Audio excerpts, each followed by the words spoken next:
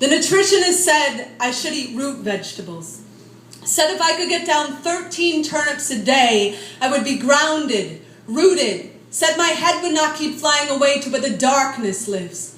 The psychic told me my heart carries too much weight. Said for $20 she'd tell me what to do. I handed the 20. She said, "Stop worrying, darling. You will find a good man soon." The first psychotherapist said I should spend 3 hours a day sitting in a dark closet with my eyes closed and my ears plugged. I tried it once but couldn't stop thinking about how gay it was to be sitting in the closet.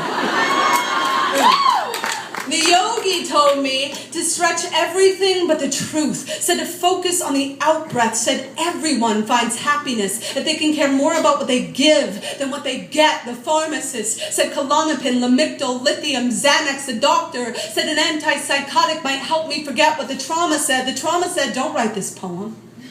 Nobody wants to hear you cry about the grief inside your bones." But my bones said, Tyler Clemente dove into the Hudson River convinced he was entirely alone. My bones said, "Write the poem."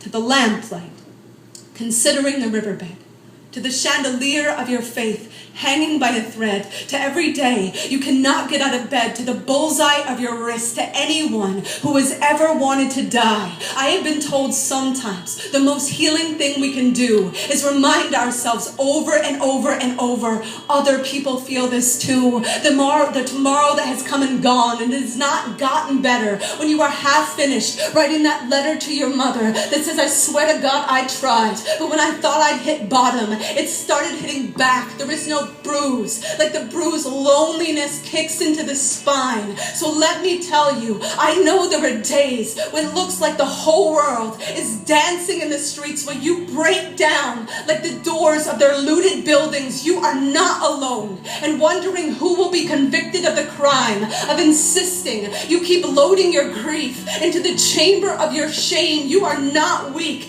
just because your heart feels so heavy. I have never met a heavy heart that wasn't a phone booth with a red cape inside. Some people will never understand the kind of superpower it takes for some people to just walk outside. Some days my smile looks like a gutter on a falling house, but my hands are always holding tight to the ripcord of believing a life can be rich like the soil, can make food of decay, turn wound into highway, pick me up in a truck with that bumper sticker that says it is no measure of good health to be well adjusted to a sick society. I have never trusted anyone with the pulled back bow of my spine the way I trust the ones who come undone at the throat, screaming for their pulse to find the fight to pound. 4 nights before Tyler Clemente jumped from the George Washington Bridge, I was sitting in a hotel room in my own town,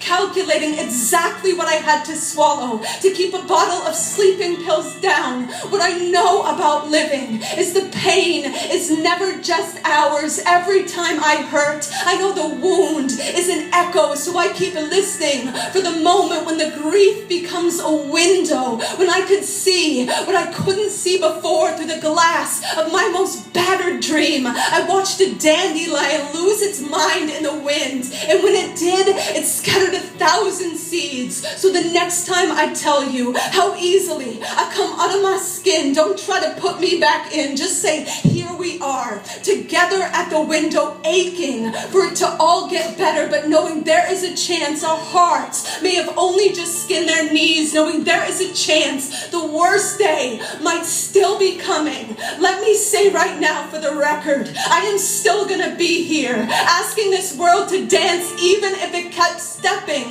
on my holy feet. You stay here with me, okay? You stay here with me, raising your bite against the bitter dark, your bright longing, your brilliant fists of loss. Friend, if the only thing we have to gain in staying is each other, my God, that is plenty. My God, that is enough. My God, that is so much for the light to give.